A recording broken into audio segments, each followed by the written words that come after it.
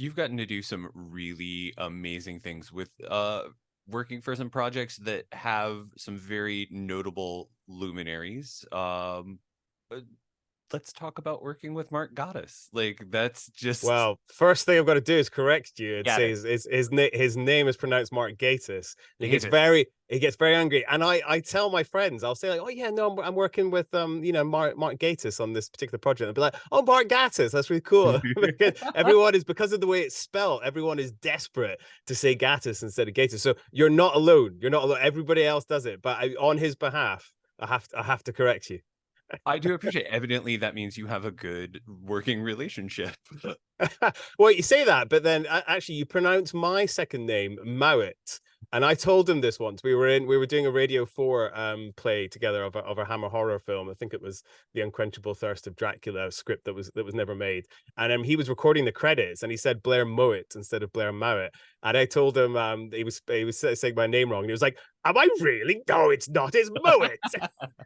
I was like, Mark, the irony of this, given your second name, is incredible. So no, we have a great working relationship, but I always remember that moment where he was teasing me about my own second name. How did you come to work with him? I came to first meet Mark when I was sitting beside him during a screening. It was actually the 50th anniversary of Doctor Who. They were doing these screenings at the BFI, the British Film Institute in London, and we were at a screening of The Robots of Death, which was a Tom Baker story. Actually, one of my favorite Tom Baker stories. It's a fantastic story, and we just happened to be sitting beside each other, and we got talking about Doctor Who, and we were talking about how when they fire the guns on the in the show, it creates these sort of like lines on the camera. This used to happen in sort of in the old days when they would use sort of like blank ammunition, and it would create this weird sort of line thing. And we were getting really into the minutiae and the details of sort of Doctor Who geekery and film production, and we just got on in incredibly well, and we stayed in contact. And then afterwards, there was an opportunity for people to hang out and stuff. And I think we just realized that we had some very similar views on things. And the first thing that came along, I think it was called The Blind Man, and it was a Radio 4 play. It was similar to this. We did another thing, which was The Unquenchable Thirst of Dracula, which was a Hammer horror film that was never made. There was these unmade movie scripts, and this one was The Blind Man, which was a Hitchcock film, I believe from 1950, that was never actually made because they'd seen I think they'd seen Psycho, and they had decided that they didn't want them to make the film because it involved scenes at Disneyland, and so the film was never made. And here we were making it as a 90-minute thing with Hugh Laurie playing the sort of Cary Grant-esque figure. And Mark needed a very Bernard Herrmann-esque score. But he needed it in a very short time frame on a very short budget. And he knew that I was an up and coming composer who was probably willing to work under less than ideal conditions to make that happen. And so I got the call from him, and he said, "Listen, this is quite a task to achieve, and the budget and the time we have. But would you be up for giving it a shot?" And I said, "Yes, yes, of course. I'd be delighted to." And so we made that very, very fast and on a very tight budget. And obviously, he must have been happy with the results because we've sort of worked together ever since. Well, and then you've gotten to do some of the BBC ghost stories, including Mm. one of my favorite M.R. James stories, Count Magnus. Um, like, explain to me, like I am an American idiot, like the prestige that is doing a BBC ghost story for Christmas. I mean, it comes with this huge heritage. And not everybody is completely aware of it. Sometimes you'll tell people about, oh yeah, I'm doing a Christmas Eve ghost story, and they're not aware of the history of M.R. James and sort of and what that all means.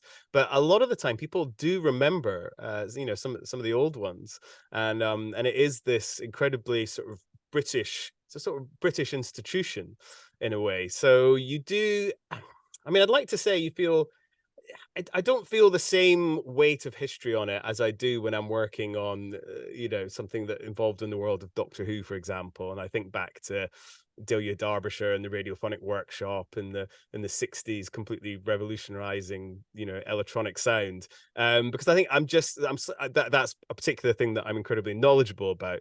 Whereas the M.R. James, you know, stories, have a huge amount of reverence and respect for them, but I don't think as much about the past when we're actually creating the present. And we also, in a similar vein to the radio play that we did, it's actually an incredibly tight budget. I mean, what they pull off on screen is just remarkable. I mean, it's such amazing value for money, because it was originally commissioned by BBC4, which was quite tight in regards to the amount of money they had to spend on a drama production, and it's now ended up on BBC2, which is you know, sort of more prime time, if you will. Primetime Christmas Eve viewing. I think it's one of the most watched things on Christmas Eve, certainly on BBC Two. And yeah, it's just something that we just sort of get on with every year, you know, in the resources that we have. And we can't use a live orchestra.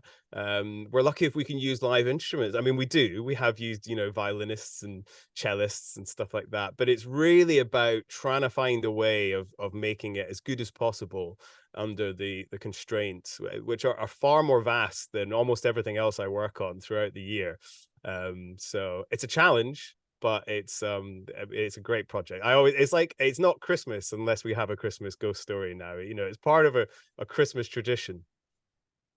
You talk about the weight of history. The Doctor Who work obviously has a lot of history, but I mean, you've also, in addition to working on the Hammer radio play, you have scored Dr. Jekyll, which is the first Hammer film in decades. I have to imagine the weight of history there is very, very heavy. Yeah, I mean, it is. I mean, it is a while. I'm trying to remember the last one, because Daniel Radcliffe's The Men in Black. Trying to remember exactly when that was. That was maybe like 2008 or something, maybe something like that. Which actually is getting on a bit. So yeah, but there was a kind of little spurt of them under the previous owner for a while, and then really nothing got made for quite a long time, which was a shame. And I think that's going to change under the ownership of John Gore, who's bought the company now. I think he wants to make lots and lots of films and be as prolific as possible. But yes, getting back to your original question, the weight of history does slightly hang heavy on you, because I wouldn't say I became an expert, but I learned a reasonable amount about the music of Hammer horror when I was doing this project for Mark, the Unquenchable Thirst of Dracula. And I learned all the things like how they would spell out the title of the film in the music. So for the Unquenchable Thirst of Dracula, Unquenchable Thirst of Dracula, we ended up doing the Unquenchable Thirst of Dracula, with the trombones and the low brass, really like basically saying it musically out loud. And this is something that was suggested to James Bernard, who was one of the composers who did a lot of the Hammer horror films back in the day. And so I started to learn more about his style and how about that music then influenced, you know, Bernard Herrmann, and how, I mean, he really was quite revolutionary in a way in terms of the way that he was using string instruments, for example. So some of these modern film traditions actually come all the way back to Hammer horror stuff. And there were composers like Elizabeth Lutyens, who was sort of famous in the contemporary classical world. And then her music between the contemporary classical concert world and the film world was actually incredibly similar. You can even layer over, you know, some of her compositions, and you'd be able to sort of like music edit them into each other in terms of what was going on. So yes, there is a huge amount of history when it comes to Hammer horror, and the music was so in your face. You know, it was a real character in the film. It wasn't shy about letting itself be known. And that's something that, I mean, it was really up to Joe, the director, in terms of how he wanted to approach that. Because of course he's sort of steering the ship tonally. And when we first started working on the project, we were discussing things like temp score, where we sort of try out, you know, temporary tracks in the edit. I think we were going for a much more serious tone. And then as it kind of, you know, sort of he started to get into the edit more and more, he realized he actually just wanted it to be really off the wall and really bonkers and kind of almost in the not copying the style of Hammer horror, but taking on the ethos of like, let's just really turn it up to 11, Spinal Tap style, and just really make sure that the music is a character in the film, and just go for it and support that amazing performance from Eddie Izzard as well, which is incredibly bold and big. So we did this. We got a choir in. We had a 30-piece choir. We recorded with two different orchestras, the Royal Scottish National Orchestra and then also the Budapest Art Orchestra. And so there's a kind of Jekyll and Hyde thing going on in the music as well between these two different orchestras and then the choir. And we wanted it to move the art form forward. We didn't want to just pastiche stuff, but we wanted people to come out of the film and to go, oh yeah, it felt like a Hammer horror score, the organs, the choir, the brass, the kind of big gothic operatic sort of film scoring style. And that's where we ended up. And I'm really glad that we managed to achieve it. Because again, it wasn't a Hollywood budget in the tradition of the old Hammer horror films as well. Being a family studio, they weren't working on a shoestring, but they were very economical with what they had. And so we also had to think about how we were going to approach this particular thing. And given the budget, I'm really happy with how it turned out. Listening back to it, I think the musicians did a fantastic job of realizing it as well. When you're working on something, say like Black Dog, or something a little more traditional in terms of Mm. storytelling as opposed to genre storytelling, like what's your approach then, given that you probably, I assume, have a little bit more freedom than you might have when you're working in genre? Yeah, it's a good question. I mean, in some ways, I wonder if genre actually has more freedom because you can be more extreme, and you can test the extremities of what is possible musically. Whereas I think with sort of slightly more modern minimalist approach to stuff, I think there's a bit of a musical glass ceiling where you could be accused of melodrama or overscoring something. And I don't think you could be accused of melodrama in a Hammer horror film starring Eddie Izzard. Um, but yeah, I think at the end of the day, it really comes down to the director.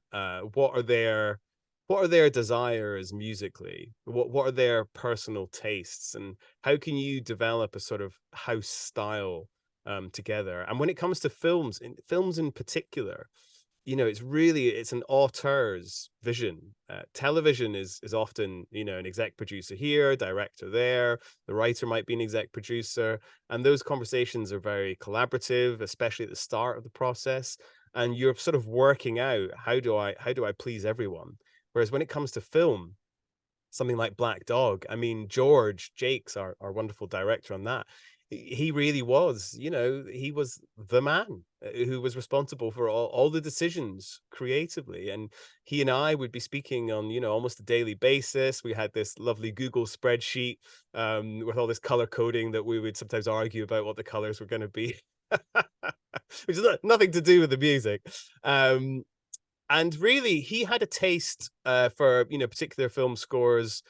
I mean, I'm just trying to think of any particular influences, but I guess a kind of neoclassical, kind of more minimalist modern style, single instruments, very organic, sort of synthesizers, kind of sound design stuff. We'd done about 4 short films together beforehand over those previous years. And so Black Dog was the culmination of kind of working out what our tastes were and how we sort of collaborated together. So yes, I'm not sure there's more freedom, but it's definitely in it's completely different vein. And I, as a composer, I love working on not only different like styles of music, but different ways of the music interacting with the picture. I actually quite like the idea, and I'm not sure all composers are the same as this, but I quite like the idea of someone being able to watch something and not realize until the end credits that it was me. Because certainly, I mean, for me, I find it more intellectually stimulating to try and completely start from scratch each time and come at it from a slightly different angle. as a composer who works in different milieus, but also in like different countries, like do you find that working in Los Angeles versus London versus, you know, wherever else you might be, or like Edinburgh, like does that change how you approach how you're making music based on where you are and like what you might have access to? Yeah, I mean, I think it does in regards to certainly where you're going to record. There are certain rules in America in regards to, certainly here in Los Angeles, in regards to like musical unions. And a British company, for example, would be very unlikely to be on board for a union session recording in Los Angeles because they get residuals here, which would mean that a British company wouldn't even know what to do that from like a legal kind of like paperwork point of view. So I would probably be going across to London to record, or possibly, you know, elsewhere in Europe. But in terms of like working with the directors and in terms of style, I don't think it changes particularly. I think at that point it's all down to the film. Something that can change in America is if you're working on a network show versus you know, working on a British show. A network show here, a little bit less common than it used to be, but some of those shows move like incredibly fast to the point where it was impossible for them to use live instruments or use an orchestra. Like some of the, I'm trying to think of examples. Supergirl is probably an example. You know, kind of the CW shows and stuff, because if they could be working at like a week per episode for doing the whole thing. And listen, I didn't work on that show, so I can't say what the schedule was, but I know, you know, from what I've heard over here, that sometimes it can be really, I mean, you're creating 45-minute episodes in like 4 or 5 days and then mixing it, getting it across, and then moving on to the next one, you know, no break in between. So I think that model, to me, that's it's so fast. I don't know why it has to be that fast. Somebody somewhere, some exec producer somewhere was like, you know what, we can do this in like 5 days and it'll still turn out okay. I just think, why would you do that to anyone, to an artist, to a composer? And don't get me wrong, I've done it. I've had to do it in certain you know, points in my career on British stuff as well. As maybe somebody was, you know, very late locking an edit or something like that. But I think the most valuable commodity you can give your collaborators when you're working in film is time. Time and space to reflect and to be able to just explore opportunities, far more valuable than finances and resources, is just having that time to be able to work on stuff. So I do tend to find that things in America move slightly faster than the UK stuff, but it really depends on the production, because film and TV are different beasts, and you know, network television and cable television are different beasts. Streaming is a completely different thing as well. So it's all changed. It's all changed.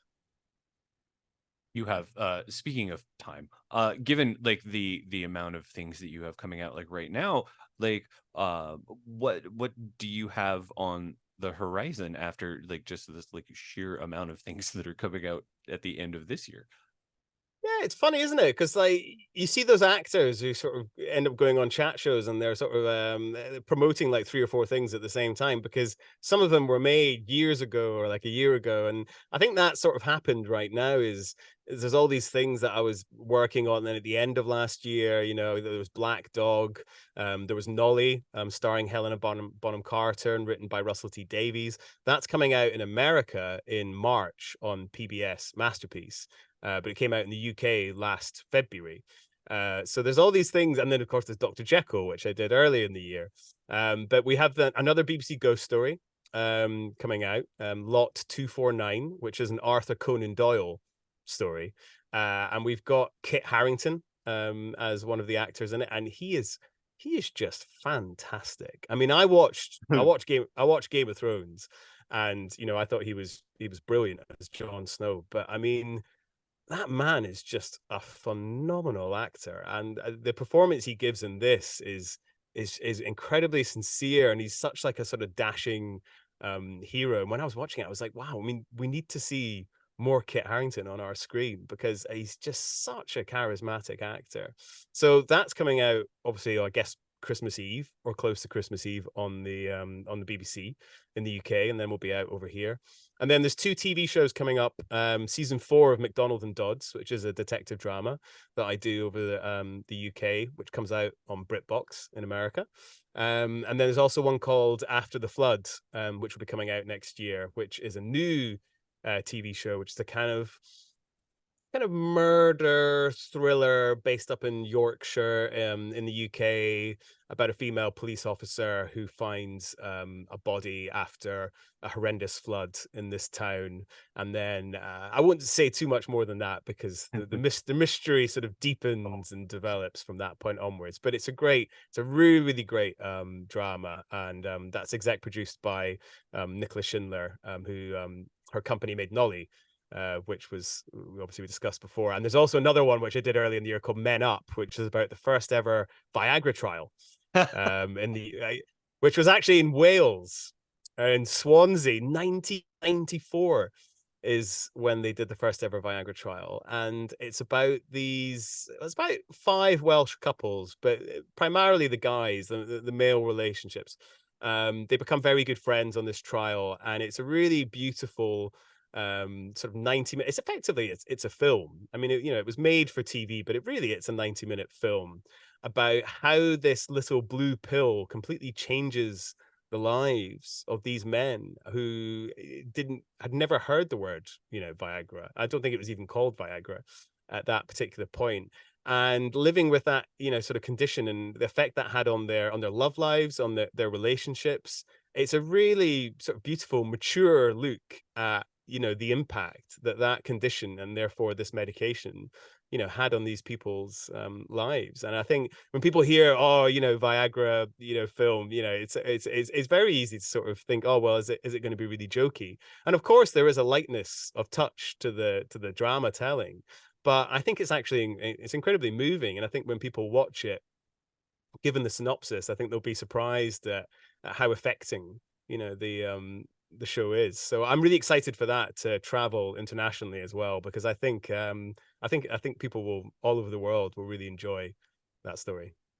Wonderful. Well, Blair, I want to thank you again for taking time out of your day to speak to me. This has been a real delight, and I hope the rest of your day goes well. Thank you very much. It's a pleasure to speak to you too, Nick. You're welcome. Have a good one. Thank you very much. Bye.